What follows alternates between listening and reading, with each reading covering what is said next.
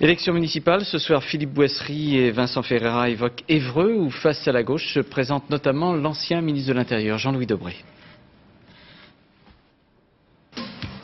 Il y a des villes comme ça, à peine y arrive-t-on que tous les panneaux vous invitent à en repartir. Difficile de se construire une image quand vous êtes cerné de toutes parts. Évreux aime à se définir comme la capitale de l'Eure, mais voilà, Évreux est aussi à 1 heure de la capitale.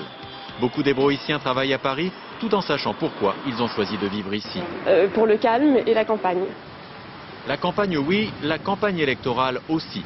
Celle-là, Roland Plaisance l'aime beaucoup. Maire depuis 77, il repart à 75 ans à la conquête d'un 5e mandat.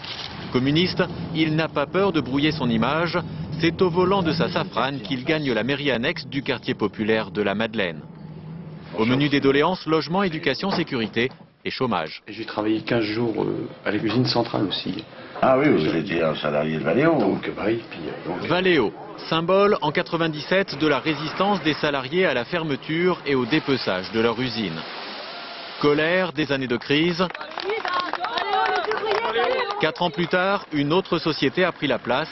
Un peu plus loin, les laboratoires Glaxo ne cessent d'agrandir leur plus grande usine d'Europe.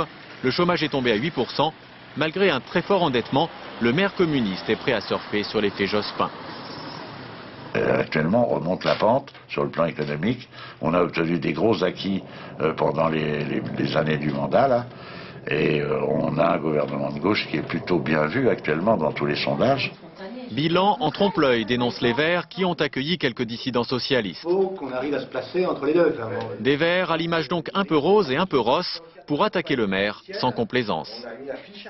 Le fait qu'il soit maire depuis 4 mandats, il se présente pour un 5e mandat, a généré ce que nous on a appelé le système Plaisance, hein, qui ailleurs s'appelle clientélisme, c'est-à-dire des pratiques où la démocratie est de plus en plus absente.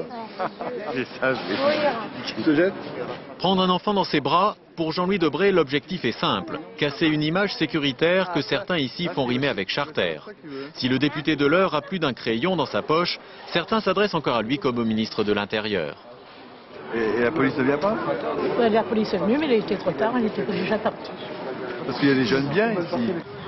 Car pour Jean-Louis Debré, s'il est urgent de redonner du souffle à Évreux, il faut aussi casser les frontières. À bientôt. Merci. Inch'Allah. Ces jeunes, ils sont fantastiques, ils sont pleins de volonté, de détermination, d'ambition. Et nous avons tous une grande ambition pour Évreux, qu'on montre Évreux comme une ville qui a su intégrer l'ensemble des communautés plutôt que de rejeter certaines communautés. Une fin de non-recevoir explicite aux candidats d'extrême droite.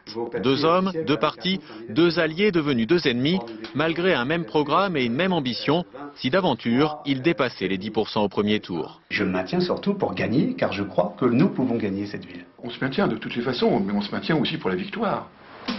Avec tout cela, même la girouette de la cathédrale d'Évreux a un petit problème d'image. Et ne lui demandez pas pour qui elle penche, tout dépend d'où on la regarde.